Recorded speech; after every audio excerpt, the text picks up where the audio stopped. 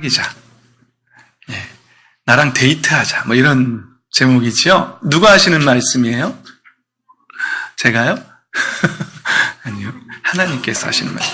요한일서 1장 3절. 오늘은 어저께 약속한 대로 정말 개척 이래 가장 짧은 설교를 하겠다고 약속했는데 마지막에 단서는 하나 붙긴 붙었죠. 가능하다면. 그것이 가능하다면. 요한일서 1장 3절 말씀입니다. 우리 한 목소리로 크게읽습니다. 시작. 우리가 보고 들은 바를 여러분에게도 선포합니다. 우리는 여러분도 우리와 서로 사귐을 가지기를 바라는 것입니다. 우리의 사귐은 아버지와 또 그의 아들 예수 그리스도와 함께하는 사귐입니다. 아멘. 우리의 사귐은 한번 다시 읽어볼까요? 시작. 우리의 사귐은 아버지와 또 그의 아들 예수 그리스도와 함께하는 사귐입니다. 예. 하나님께서는 우리랑 사귀기를 원하세요. 그래서 제목을 좀 뭔가 재밌게 해야 우리 아이들이 좀 이렇게 눈이 딱 떠질 것 같아가지고 관종 하나님 뭐 이런 거 할까 하다가 그건 너무 심할 것 같아서 나랑 사귀자로 정했습니다. 제가 어렸을 때 제가 처음에 교회에 나가기 시작했을 때 막 교회 장의자 막 이렇게 있고 그랬을 때 그때는 교회 본당에 잘 못 들어갔어요. 장로님들이 교회 본당 문을 딱 잠가놓고요. 드럼 연습을 해야 되는데 드럼이 교회 본당 안에 있는데 문이 잠겨 있으니까 못 들어갔어요. 그래서 그때는 장로님들이 어떻게 하셨냐면 신성한 성전에 어떻게 너희들이 감히 그러면서 옛날 같았으면 우리 고등부 교회 못 들어와요. 예전엔 그랬었어요. 그리고 막 이 단위에도 막 그 청소하시는 분들 여자분들 막 못 올라갔어요. 두려워가지고 그렇게 세기간을 가르쳤거든요. 거룩한 것이고 주의 종 함부로 할 수 없고 이 단위에는 남자들도 막 올라오면 막 두렵고 그랬어요. 목사님만 올라갈 수 있는 막 이런 거 단위에도 올려놨다가는 아주 그냥 아주 큰일 났죠. 예. 그리고 교회에 도착하면 처음에 딱 들어오면 어떻게 하라고 배웠었죠? 우리 처음에 신앙생활 할 때 교회에 딱 도착하면 하나님 저 왔어요. 그러고 이제 기도하는 걸로 배웠어요. 그래서 저는 교회에 들어오면은 항상 딱 앉아가지고 기도 딱 했어요. 요즘 교회에 도착하면은 교회 오자마자 기도부터 하는 친구들 한번 손 들어볼까요? 어른이 친구들도 합쳐서 네. 잘하고 계세요. 잘하고 계세요. 그런데 제가 볼 때도 우리 교회인데 그런 거 제가 강조를 안 해요. 왜냐하면 이 말씀 때문에 그래요. 여러분 보세요. 고린도전서 3장 16절. 성경에 3장 16절들이 참 귀한 말씀들이 많아요. 3장 16절 한 목소리 읽어볼까요? 시작. 여러분은 하나님의 성전이며 하나님의 성령이 여러분 안에 거하신다는 것을 알지 못합니까? 예. 제가 여러분들한테 우리 친구들한테 교회에 도착하면 기도부터 해야 돼. 하나님께 저 왔습니다라고 보고하는 거야. 하면서 그거를 강조하면 그게 틀렸다는 게 아니라 그렇게 했다가 우리 친구들이 잘못 생각할까 봐 그 걱정이 돼서 그걸 강조를 안 하는 거예요, 제가. 왜냐하면 교회에 도착해서 기도하는 걸 제가 여러분들한테 막 강요하기 시작하면 마치 어떤 종교적인 행위처럼 강조하기 시작하면 우리 친구들이 하나님은 교회에만 계시고 그래서 교회에 오면 하나님 저 왔어요. 그리고 교회 나갈 땐 빠빠이 하고 나가가지고 자기 멋대로 살고 그런 신앙이 될까봐 그래서 제가 그거를 잘 그렇게 틀렸다는 게 아니라 막 강요하지를 않는 거예요. 그냥 알아서 하기를. 왜냐하면 성경 말씀은 이곳이 성전이 아니고 이 건물이 성전이 아니고요. 이 건물 안에만 하나님이 계시고 꼭 십자가 밑에 엎드려야지만 하나님이 기도를 잘 들어주시고 우리 그런 마음들이 있거든요. 그런 것이 아니라 성경 말씀은 어디가 성전이라고 말하는 거죠? 어디가 성전이래요? 우리가 성전이래요. 이 안에. 왜? 성전의 조건이 뭐죠? 하나님의 말씀이야. 하나님의 언약. 예. 하나님과 맺은 언약이 이 안에 있으면 하나님이 거하신 성령 하나님이 거하시면 그곳이 바로 성전이기 때문에 그렇습니다. 할렐루야. 아멘. 우리 모두가 거룩한 성령님과 함께하는 성전인 줄 믿습니다. 아멘. 그럼 여러분 교회에 와서 저희가 요새 이제 제가 교회를 개척하고 저희 친척들은 명절이면 저희 교회 와서 모이거든요. 그래서 너무 좋아요. 왜냐하면 명절에 술이 없어졌어요.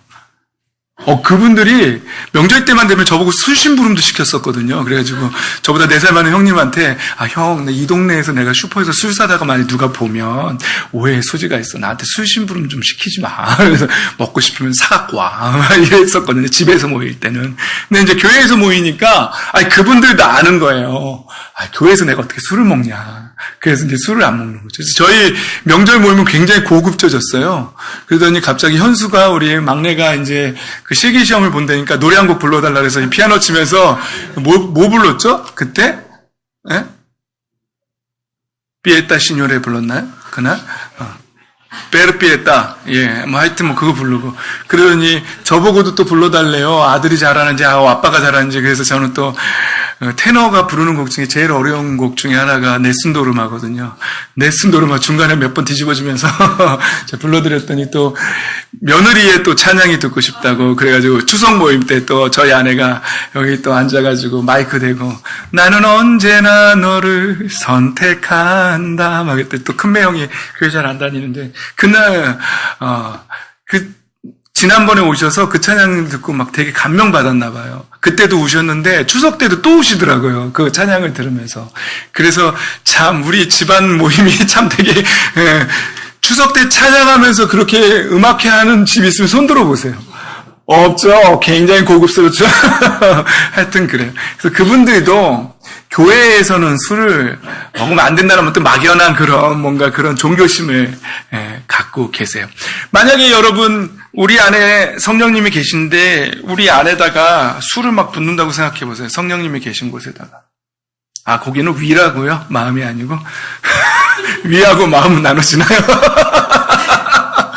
성령님이 계신 성전에서 교회에서 담배 피는 사람 없잖아요. 그죠? 성령님이 이 안에 계신데 그 안에다 막 담배를 어떤 목사님이 이렇게 비유하셨어요. 담배를 막 이 안에다 넣으면 성령님이 어떠하게 생각하실까요? 기침하시겠죠? 그 안에서. 그래서 우리가 성전이기 때문에 우리의 몸도 거룩하게 지키고 우리의 마음도 거룩하게 지키고 생각도 거룩하게 지켜야 된다. 우리는 움직이는 교회다. 우리 한 사람 한 사람이 움직이는 교회고 내가 가는 곳에 우리가 가는 곳에서 우리가 기도하고 예배하고 찬양하면은요, 그곳에서 하늘문이 열리는 거예요. 그곳에서 하늘문이 열리고 우리를 통해서 하늘의 은혜가 그곳에 쏟아지는 거예요. 그래서 우리가 가는 곳마다 다 복된 곳이 되는 거예요. 할렐루야. 그렇게 복된 인생, 복을 전달하는 통로의 역할을 사시는 우리가 되기를 예수님의 이름으로 축복합니다. 아멘. 그런데 하나님께서는 우리를요, 하나님은 이곳에 건물에 거하기를 원치 않으시고요. 어디에 거하기를 원하신다고요? 우리 안에 거하기를 원하세요. 하나님이 원하는 건 그거밖에 없어요. 진짜예요. 하나님이 원하는 것은 우리의 마음이에요. 하나님이 원하는 것은 많은 헌금도 아니에요. 여러분, 교회가 커지면, 제가 그래서 교회 커지는 게, 여기서 커진다는 거는 명성교회 정도를 얘기하는 거예요. 그걸 원치 않는 게, 여러분, 교회가 커지면은요, 그 거대한 공룡 같은 교회가 유지되려면은요, 뭐가 필요한지 아세요? 돈이 필요해요. 몸집이 커지면은요, 돈이 필요해요. 그러면 설교자가요, 어떻게 설교하는지 아세요? 이제 헌금을 강요하기 시작해요. 그리고 돈 많이 내면 복되다는 말을 하기 시작하는 거예요. 물론 여러분들 하나님이 너무 사랑해서 그렇게 헌금하는 건 괜찮아요. 그런데 설교자가 막 그것이 복의 비결인 양 막 그렇게 해가지고 막 기복신앙을 가르치고 그래서 헌금을 막 강요해가지고 막 그렇게 하는 거는 저는 원치 않아요. 그래서 저는 헌금 강요하는 설교를 안 하지요. 근데 하나님께서는요, 이 건물에 계신 것이 아니라 우리 마음을 원하시는 거예요. 많은 헌금을 원하시는 게 아니고 어떤 뭔가 종교적인 행위 있죠. 내가 막 무릎 꿇고 성당에서는 막 향도 피우고 막 그러잖아요. 어떤 그런 종교적인 행위들, 이런 행위들을 원하시는 것이 아니고 하나님이 원하는 건 딱 하나. 그 우리의 마음이에요. 우리의 마음. 진짜 마음. 그걸 달라는 거예요. 그 마음을 나에게 달라는 거예요. 우리의 마음을.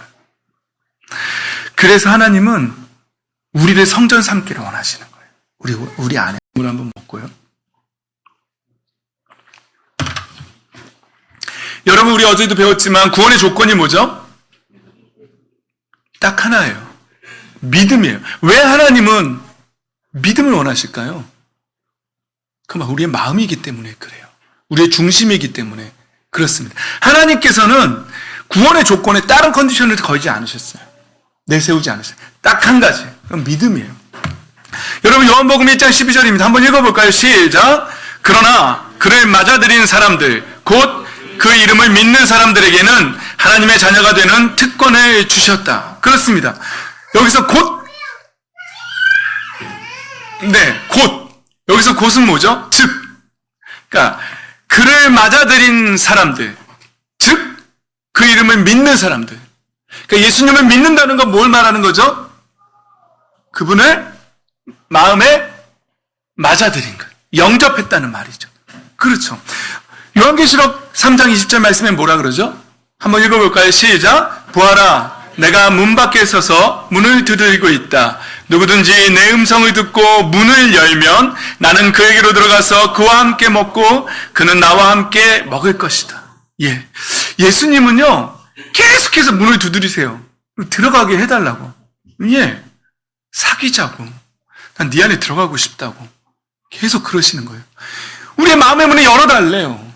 그래서 그 안에 들어오시겠대요. 난 너와 함께 먹고 마시고 너와 함께 살고 싶다고 예수님 말씀하시는 거예요. 그게 구원의 조건이에요. 다른 거 없어요. 우리가 아무리 착한 일을 많이 하고 선행을 많이 한다고 해도 그게 구원의 조건이 아니에요. 하나님이 내거신 구원의 조건은 딱 하나예요. 뭐라고요? 우리의 마음의 문을 열고 우리가 하나님을 그 안에 모시고 그리고 하나님과 함께 사는 거예요. 그게 구원의 조건이에요. 영접하는 거예요. 영접의 반대말이 뭐죠? 영접한다는 거죠? 문을 열고 손님이 왔을 때 아예 어서 오세요 하고 문을 열면 아니면 더 크게 말하면 국빈이 다른 나라의 대통령이 왔을 때 영접한다고 그러잖아요. 그렇죠? 비행기 앞에 빨간 카페트 딱 깔아주고 오라 그러잖아요. 예. 그 영접이에요. 그런데 만약에 국빈이나 손님이 왔는데 영접 안 하고 막 계란 던지고 막 꺼지라 그러고 막 시위하고 그러면 그게 영접이에요? 아니죠. 영접의 반대말은 뭐예요? 거부죠. 거부하는 거예요. 거절하는 거고. 그렇죠. 그러니까 구원의 조건은 딱 하나예요. 마음의 문을 열고 예수님을 영접하는 거예요. 그러면 그 다음 조건이 뭐죠? 마음의 문을 여는 건 누가 여는 거죠? 이 문을 안에서만 열 수 있잖아요. 그렇죠. 밖에서 강제로 열면 그건 도둑이죠. 안에서 열지 않는데 밖에서 강제로 열면 도둑이에요. 여는 건 누가 하는 거라고요? 우리가 하는 거예요. 영접은 누가 한다고요? 우리가 하는 거예요. 그러면 하나님이 하시는 일은 뭐죠? 그 안에 들어가시겠다는 거예요. 그게 계약 조건이에요. 성경에 그게 언약이에요. 약속이에요. 그게 약정이에요. 내가 이렇게 하면 이렇게 하겠다는 게 그게 계약이에요. 그러니까 우리가 마음의 문만 열면 하나님은 들어오시는 거예요. 하나님이 그 안에 들어오시면 그 인생에 놀라운 일들이 일어납니다. 작게는 이제는 성경을 읽을 때 예전에는 그냥 몰랐던 말씀이 성경을 읽으면 그 말씀에서 놀라운 깨달음들이 막 오기 시작해요. 와우, 이게 이런 말씀이었구나 그러면서 우리 안에 성령님이 들어오셔서 예수 그리스도를 알려주세요. 하나님이 어떤 분인지를 알려주기 시작해서 깨닫게 해주세요. 그리고요, 우리가 잘못된 일을 하잖아요. 그러면 그 안에서 탄식하세요. 그렇게 느껴져요. 내 안에서 슬퍼하시는 성령님이 느껴져요. 그리고요, 어떤 집은요, 어제도 말씀드렸지만 집안 대대로 무당이 되는 집안이 있어요. 그런데 어떤 사람이 예수 그리스도를 정말 영접하면은요, 그 저주가 끊어져 버려요. 그리고 진짜 가짜 무당 말고요, 진짜 신접한 무당들 있죠. 그런 사람들은 예수님을 진짜 믿는 사람의 그 굿하는 데 가면은요, 뭐라 그러는지 알아요? 여기 무슨 큰 신 섬기는 분 계시냐고. 제발 떠나달라고. 신이 못 오신다고. 그러니까 그 사람이 말하는 신은 무슨 신이에요? 잡신이죠, 잡신. 귀신이죠, 잡신이죠. 그러나 우리가 모시는 그 사람이 말하는 큰 신이라는 분이 누구세요? 온 천지를 창조하신 만군의 주 여호와 하나님이시죠. 창조주 하나님이시죠. 그러니까 우리가 예수 그리스도의 마음의 문을 열고 영접하면은요, 영적으로도 놀라운 일이 생겨요. 인생이 변합니다. 그리고 어두움이 물러갑니다. 생각이 바뀝니다. 그리고 하나님 말씀이 깨달아지기 시작하고요. 그리고요, 죄의 기준이 바뀝니다. 예전에는 죄가 아니었던 것들이 이젠 그 죄가 되고요. 그리고 그 죄가 미워집니다. 우리 어제 배웠던 내용하고 좀 중복되지만 어떤 사람들은 나는 죄가 별로 없는데요 라는 말하는 사람들은 어떤 법에 근거해서 말하는 거라고요? 한 나라의 법, 특별히 형사법, 형법에 의해서 말하는 거예요. 난 사람 죽인 적도 없고 난 도둑질한 적도 없고 뭐 훔친 적도 없고, 아니 그 같은 말이군요. 누굴 때린 적도 없고 크게 나쁜 짓 한 적 없다는 거죠. 그러니까 난 죄인이 아니라는 거죠. 남에게 해코지 한 적이 없으니까. 그런데 도덕법으로 들어가면 효도 많이 했습니까? 효도 잘했습니까? 그러면 조금 갸우뚱하기 시작하죠. 그건 형사법이 아니라 무슨 법이죠? 도덕법이라 그러잖아요. 그런데 성경에서 우리가 죄인이라고 말할 때는 어떤 법에 따른다고요? 하나님의 법. 하나님의 법은 행위로 한 죄도 죄지만 생각도 죄예요. 여자를 보고 음욕을 품으면 그것도 죄고요. 이 입술로 형제를 바보라고 말하면, 라가라고 말하면 그건 되게 나쁜 욕이라고 그랬죠? 그 말하면 어떻게 한다고 그때 배웠죠? 지옥불에 떨어질 거라고 배웠죠? 말로 하는 것도 죄예요.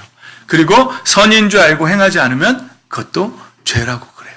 그러니까 하나님의 법에서는 세상이 말하는 법보다도 훨씬 더 철저해요. 그러니까 하나님의 기준에는 우리가 미칠 수 있는 사람이 아무도 없다는 거죠. 그런데 이걸 우리가 다 지킬 수 있느냐? 그렇다면 좀 부담스럽다고 하셨는데, 그러면 우리가 예수 믿는 사람들이 이 법을 다 지키고 사느냐? 그렇진 않아요. 못 지킬 때 많아요.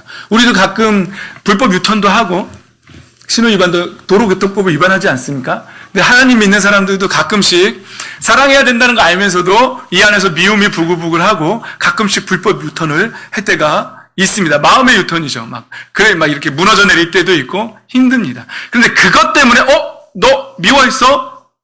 너 죄 하나? 너 또 미워했어? 죄 둘? 이렇게 해서 쌓아가시는 하나님이 아니라는 거예요. 하나님을 예수 그리스도를 영접하면은요, 어떤 변화가 일어나면요, 내면에서 아까 말했던 행동의 죄, 생각의 죄, 말로 짓는 죄, 그리고 선인지 알고도 하지 않은 죄, 이런 죄들을 인정하게 되고, 결정적인 건 내 마음속에서 이런 죄를 짓는 내가 싫어져요. 예전에는 이게 무슨 죄야? 그리고 마음껏 즐겼다면, 네? 야동 보는 게 무슨 죄야? 그리고 마음껏 봤다면, 야동 보는 것이 형사법에는 접촉되지 않겠죠? 그렇죠? 그러나 이제 하나님의 법에서는 죄가 되는 거죠. 그래서 예수 그리스도를 믿었는데도 불구하고 여전히 나에게 어떠한 그 음란한 죄, 아니면 미워하는 죄, 세상을 사랑하는 죄, 뭐 이런 죄악들이 있는 나 자신이 너무 싫은 거예요. 그 기준이 바뀌는 거예요. 그래서 그게 미워져요. 그래서 계속해서 기도해요. 하나님, 저 이게 싫어요. 내 안에 죄가 아직도 남아있어요. 나 이게 싫은데 자꾸 미움이, 시기, 질투가, 분노가, 혈기가 막 욱하는 게 아직도 올라오고, 아직도 음란함에 연약하고, 아직도 그래요. 난 근데 너무 싫은데 저 연약해요. 도와주세요. 이렇게 기도하게 된다는 것이죠. 근데 하나님께서는 그 사람을 너무나도 기뻐하십니다. 그래서 예수님의, 우리 히브리서에 읽으면, 히브리서에 보면은요, 예수님의 영원한 제사장으로 계시거든요. 영원히 용서해 주시는 거예요. 영원히 계속해서 용서해 주시는 거예요. 근데 어떤 사람이 만약에 애까지 거 뭐 또 한번 회개하지만 이렇게 나간다면 하나님이 그 마음을 알까요, 모를까요? 아시죠? 그건 하나님이 싫어하세요. 그런 마음들. 그러니까 우리는 하나님 앞에요, 우리가 죄의 기준이 변하고 내면이 변하고요, 하나님 앞에 거룩하게 살고자 그런 갈망이, 거룩한 갈망들이 우리 안에 생기게 되는 거예요. 그래서 그렇게 살게 되는 거죠. 근데 100% 다 지킬 수는 없어요. 우리 아직 연약하기 때문에 우리가 천국에 가서 완전히 영화롭게 천사처럼 변형되기 전에는 아직은 이 땅에 사는 동안 우리는 타락한 본성을 갖고 살아요. 하지만 그것과 싸우고 사는 거예요. 내 타락한 본성하고 싸우고 있어요. 그래서 우리는 계속 기도하고 말씀 읽고 또 예배하고 성령님의 도우심을 구하는 거예요. 근데 계속 도와달라고 하면 하나님이 도와주실까요? 안 도와주실까요? 도와주십니다. 성령께서 도와주십니다. 하나님 그걸 원하세요. 우리가 계속해서 하나님 도와달라고 그렇게 기도하는 걸 하나님 원하십니다. 그래서 하나님께서 정말 원하시는 것은 우리의 마음을 원하시고 아예 우리 안에 들어오시기를 원하시는 거예요. 그리고 우리 안에 들어온 것을 구원의 조건으로 내세우신 거예요. 너희의 행위가 아니라 진심으로 마음의 문을 열고 나를 받아들인 것을 구원의 조건으로 삼겠다고 하나님이 딱 정하신 거예요. 하나님이 정하면 끝난 거예요.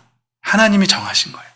네, 그렇게 되는 거예요. 근데 여러분, 왜 하나님이 그렇게 정하셨냐면요, 다 알고 있지요. 왜 하나님이 마음에 들어오는 거를 구원의 조건으로 정하셨을까요? 타락 때문에 그래요. 그렇잖아요. 여러분, 창세기는요, 타락을 고발합니다. 타락을 고발합니다. 우리는 처음에 창조될 때에 하나님의 형상대로, 여기 빨간 것이 다 그거잖아요. 형상을 따라 모양대로, 형상대로.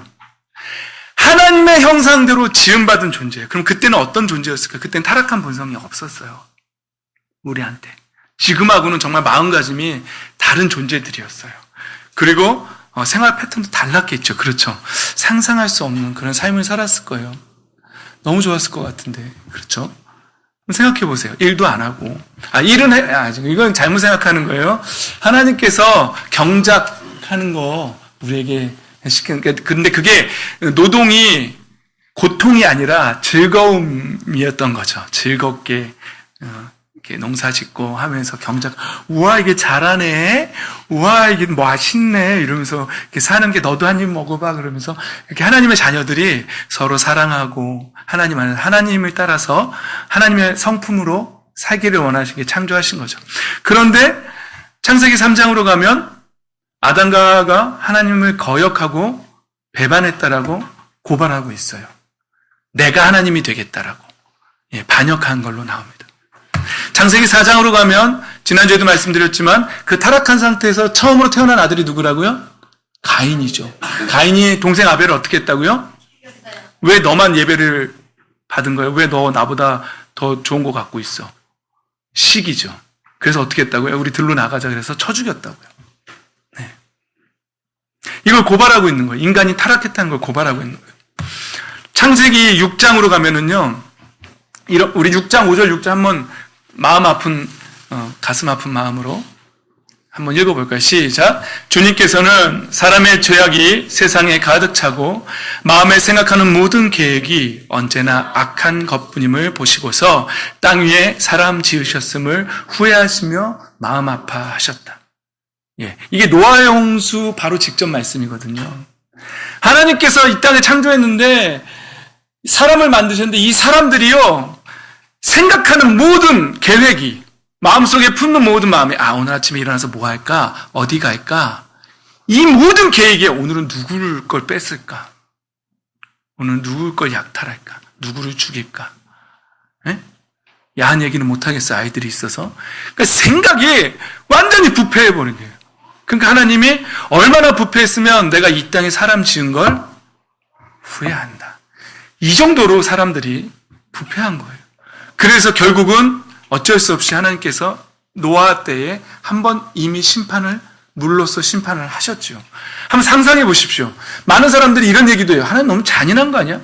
그거 뭐 얼마나 죄졌다고 이 세상은 그냥 감옥 몇 년 갔다 오는데 그거 뭐 좀 죄졌다고 그렇게까지 하셔라고 하지만 여러분 생각해 보세요. 하나님 보실 때 얼마나 악했으면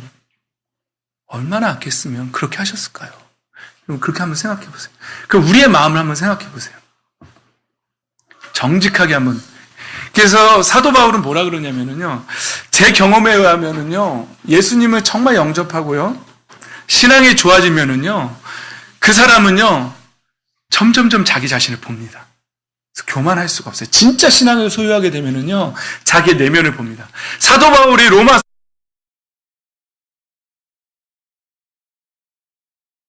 공부한 사람이로다. 이 사망의 몸에서 이 썩어 부패한, 그러니까 자기 내면을 봤는데 내 안에는 내가 원하는 선은 행하지 않고 원치 않는 악만 행하는 내 안에 하나님을 사랑하는 마음도 있지만 사도 바울이 하나님을 사랑하는 사람이었거든요. 근데 계속 묵상하면서 봤더니 그 사랑하는 마음과 함께 공존하고 있는 마음 하나를 발견했는데 그게 뭐냐면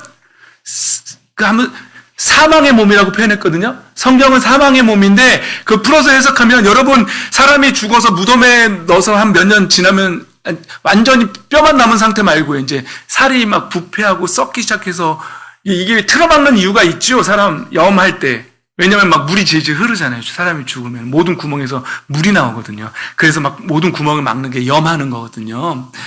막 썩은 물이 줄줄 흐르는 시체를 한번 상상해 보세요.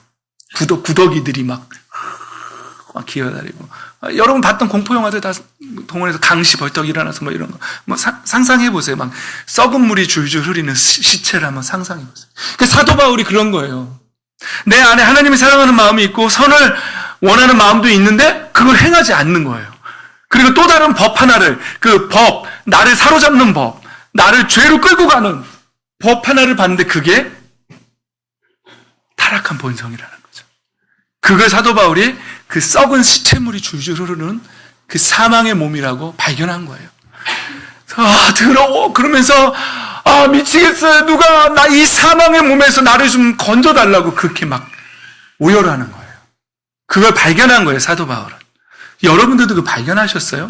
철이 마음속에 그 썩은 시체와 같은 그 더러운 타락한 마음, 구더기들이 막 하는 그 타락한 본성이 있다는 걸 발견했어요?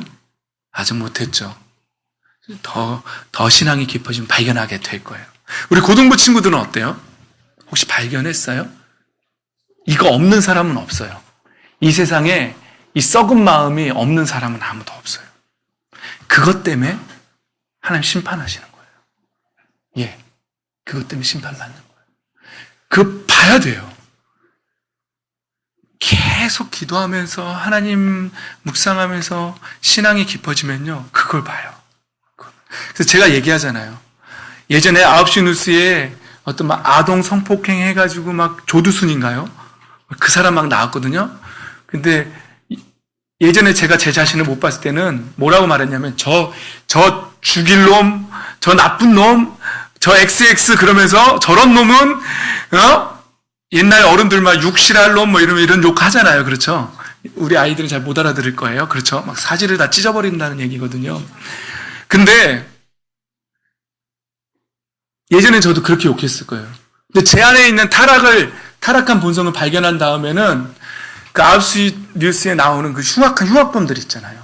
조두순만 나왔습니까? 지금까지 연쇄살인범도 있고 요새 또 한참 나오잖아요. 그리고 뭐 또 일가족을 다 몰살시킨 사람도 있고 페류나도 나오고 부모가 용돈 안 준다고 부모를 죽인 사람도 나오고. 근데 그 욕을 못하는 거예요, 제가. 왜냐하면 그 사람 마음속에 있는 왜요? 그 사람 마음속에 있는 썩은 본성이 내 안에도 있다는 거예요. 동일한 썩은 마음이 내 안에 있다는 걸 제가 발견했기 때문에 욕을 못하는 거예요. 그리고는 생각하는 거죠. 내가 만약에 신앙을 놓치면 나도 저 사람처럼 내 본성에 이끌린 대로 살게 될 것이고 그럼 나도 내 행위로 이 타락한 본성을 드러낼 거야. 그럼 나도 저 사람하고 똑같은 존재예요. 이 세상은요.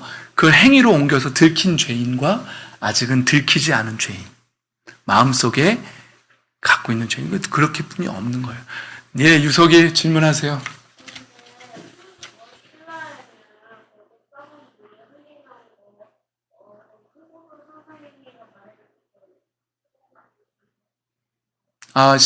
어디예요?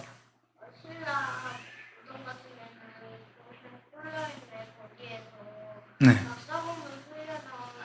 신라 무덤에 썩은 물이 흐르는 거 선생님이 얘기해 줬다고 한국사 선생님이. 맞아요. 그런 썩은 물이 어디에 있다고요? 우리 마음. 우리 친구들도 게임하고 그럴 때 어떻게 해요? 내 뜻대로 안 되면 어떻게 하죠? 화나죠. 그게 어디 마음에서 나오는 거예요? 그 썩은 마음에서부터 나오는 거예요. 예. 막 분노하죠? 억울하고. 어저께도 우리 VAR도 했잖아요. 난 꼬링 넣는데 못 넣었다 그래가지고 억울해가지고 막 울고 막 이렇게 막 분노하고 막 그랬잖아요. 그래서 우리가 비디오 판독 들어가가지고 봤더니 꼬링이 맞았잖아요. 그렇죠? 그랬더니 미안해. 그러고 끝나더라고요. 그죠? 그러면 안 되는데 사람 마음이 아프게 했으면 미안해. 그러고 끝나면 안 되죠. 그죠? 막 꼭 안아주면서 그렇게라도 해야 될 거야. 정말 미안하다. 내가 네가 울 정도로 억울했구나. 정말 미안하다. 이렇게 해야죠. 그랬더니 또 지금 또 우리 선유가 그렇게 안 했다고 또 딱 째려보잖아요. 그죠? 그럼 그 째려보는 마음은 또 어디서부터 나오는 거예요? 썩은 마음에서부터. 예, 나오는 거죠. 그러니까 예수님을 정말 참 믿고 그러면은요, 우리 안에 계신 성령님이요, 깨닫게 해주세요. 우리 안에 있는 타락한 본성이 뭔지를 깨닫게 해주세요. 그러니까 로마서 3장에 보면 모든 사람이 뭐 했다고요? 죄를 지었다. 그러니까 모든 사람이 그 썩은 마음을 갖고 있다는 거예요. 그래서 사람은 하나님의 영광에 못 미치는 처지에 놓였습니다. 하나님의 영광까지 자기 인간의 어떤 노력이나 선행으로 하나님의 영광까지 이룰 수 있다고요? 하나님의 기준까지 이룰 수 있다고요? 인간의 노력으로는 이룰 수 없다고 성령은 말하고 있는 거예요.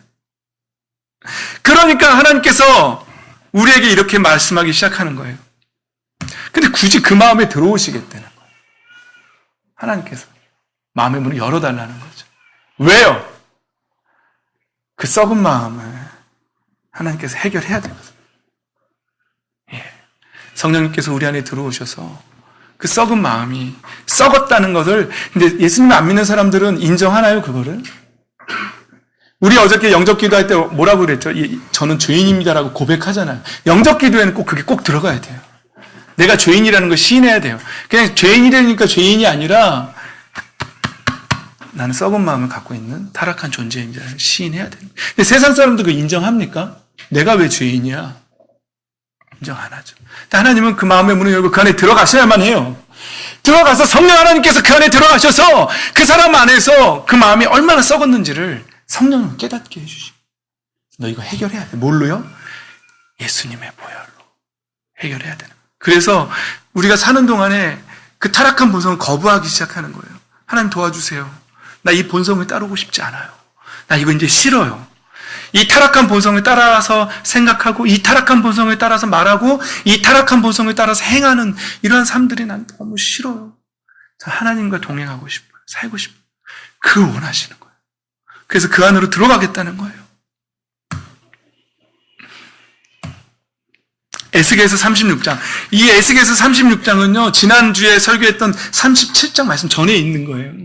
메마른 뼈가 붓기 전에 먼저 있는 말씀이에요. 이게 먼저 선행돼야 돼요. 이게 선행된 다음에야 메마른 뼈가 붓기 시작하는 거예요. 한번 읽어볼까요? 36장, 26장, 27절 시작! 너희에게 새로운 마음을 주고 너희 속에 새로운 영을 넣어주며 너희 몸에서 돌같이 굳은 마음을 없애고 살갗처럼 부드러운 마음을 주며 너희 속에 내 영을 두어 너희가 나의 모든 율례대로 행동하게 하겠다. 그러면 너희가 내 모든 규례를 지키고 실천할 것이다. 하나님께서는 하나님의 영을 성전에 두는 것이 아니라 그 성막에 어떤 눈에 보이는 건물에 두는 것이 아니라 하나님의 영을, 성령 하나님을 어디에 두고 싶어 하신다고요? 내 마음속에. 그래서 우리 마음의 문을 열라는 거예요. 우리 유석이 마음의 문을 열 거예요? 예, 마음의 문을 열고 성령님 오시라고 초대할 거예요? 예, 화이팅. 아멘, 할렐루야. 예, 좋습니다. 예, 그래서 구원의 조건은 바로 거기에 있는 거예요. 마음의 문을 열고 성령님 모신 사람만이 구원받을 수 있다는 거예요. 예수님께서요, 제자들에게요, 계속해서 요한복음에 반복한 말씀들이 있어요. 이 말씀이에요. 한번 읽어볼까요? 이제 다 끝났어요. 시작! 그날에 너희는 내가 내 아버지 안에 있고 너희가 내 안에 있으며 또 내가 너희 안에 있음을 알게 될 것이다. 예수님 이걸 굉장히 강조하세요. 너희가 내 안에, 내 말이 너희 안에. 15장 7절 시작! 너희가 내 안에 머물러 있고 내 말이 너희 안에 머물러 있으면 너희가 무엇을 구하든지 다 그대로 이루어질 것이다. 할렐루야. 기도 응답의 비결이 뭡니까? 마음의 문을 열고 성령 하나님이 그 안에 들어온 사람들의 기도가 응답되는 거예요. 그 예수님 말씀하시는 거예요. 마음의 문을 열고 정말 나를 모셔진 사람은, 그 사람은 내 이름으로 무엇을 구하든지 그대로 될 거다라는 거예요. 네. 17장입니다. 시작! 영생은 오직 한 분이신 참 하나님을 알고 또 아버지께서 보내신 예수 그리스도를 아는 것입니다. 여러분 여기서 아는 것 배웠죠? 히브리어로 말하면 뭐죠? 안다는 거, 그냥 아는 거요? 제가 유현진을 알아요. 유현진은 저를 알아요? 몰라요. 그런 지식적인 알을 말하는 게 아니에요. 성경이 말할 때 안다라는 것은 부부가 결혼해서 남편이 부인을 알게 됐어요. 아, 이런 사람이었구나. 부인도 남편을 알게 됐어요. 그 알을 말하는 거예요. 혼인해서 결혼해서 알게 되는 거. 육체적으로도 알게 되고 정신적으로도 알게 되고 모든 삶을 공유하잖아요. 그래서 알게 되는 거야. 그 영생은 하나님을 알고 예수 그리스도를 알아서 그렇게 알아가는 것. 그게 영생이라는 거예요. 왜 마음의 문을 열고 예수님을 모시고 성령님을 모시고 어떤 분은 이런 질문을 하시더라고요. 도대체 마음의 문을 열면 예수님이 오시는 겁니까? 성령님이 오시는 겁니까? 도대체 누가 오시는 겁니까? 이런 물어보는 사람이 있어요. 같아요. 삼위일체 하나님이시기 때문에 그냥 세 분이 다 오신다고 믿으세요. 그러면 쉽습니다. 세 분이 다 들어오시는 거예요, 그냥. 오케이. 자, 17장 21절 말씀. 시작. 아버지께서 내 안에 계시고 내가 아버지 안에 있는 것과 같이 그들도 하나가 되어서 우리 안에 있게 하여 주십시오. 그래서 아버지께서 나를 보내셨다는 것을 세상이 믿게 하여 주십시오. 예수님은요, 제자들이 내가 아버지 안에 거하고 아버지가 내 안에 있는 것 같이 그들도 우리와 하나가 되어서 우리 안에 같이 있게 해달라고 그렇게 기도하셨어요. 그렇게 해달라고 하나님께 기도하셨어요. 여러분, 이거 어떻게 설명할까요? 안에 있는 거, 계속 안에 있는 거. 우리 러시아 무슨 다산을 상징하는 그 인형 있나요? 열면 또 조그만 인형 또 나오고, 열면 또 나오고, 열면 또 나오고, 이런 인형 본 적 있어요? 그렇게 설명하면 이해가 되겠어요? 하나님 안에 우리가 있고, 그럼 하나님 우리 안에 어떻게 계시죠? 어떻게 설명해야 이걸 잘 이해할 수 있을까요? 이렇게 이해합시다. 여러분, 우리가 존재하는데요, 세상 사람들은 생각하고 몸만 있다고 말하지만 기독교적인 세계관에서는 어떻게 존재한다고 그랬죠? 영과 혼과 육이 존재하잖아요. 하나잖아요. 육이 있고 정신 세계도 있고 영의 세계도 있잖아요. 그런 것처럼 성령 하나님과 우리가 그렇게 하나 돼서 하나가 되는 거예요. 동행하는 거예요. 사는 거예요. 그것을 바로 신학적인 용어로 뭐라고 말하냐면 연합이라고 말합니다. 예수 그리스도와 함께 연합된 삶, 하나 된 삶. 그게 바로 주님 안에 거하는 삶입니다. 오늘 본문 말씀 한 번 더 읽고 예배 마치도록 하겠습니다. 말씀 마치도록 하겠습니다. 시작! 우리가 보고 들은 바를 여러분에게도 선포합니다. 우리는 여러분도 우리와 서로 사귐을 가지기를 바라는 것입니다. 우리의 사귐은 아버지와 또 그의 아들 예수 그리스도와 함께하는 사귐입니다. 여러분, 하나님은 오늘도 나랑 사귀자 말씀하십니다. 우리 문 앞에서 두드리고 계세요. 내가 들어가겠다. 마음의 문을 열어달라고. 예수 그리스도를 영접하십시오. 예수 그리스도를 모십시오. 성령님과 함께 사십시오. 그래서 내 안에 있는 타락한 본성을 따라 사는 삶이 아니라 성령님을 따라서, 그가 아니고 이렇게 해야지라고 말씀해 주시는 성령님을 따라서 살아가는 사람. 이것이 바로 구원의 단 한 가지 조건입니다. 마음의 문을 열고 예수님을 모시고 하나님의 자녀가 되셔서 자녀의 특권을 누리며 예수 그리스도의 이름의 권세를 누리며 살아가는 저와 여러분이 되시기를 예수님의 이름으로 축복합니다.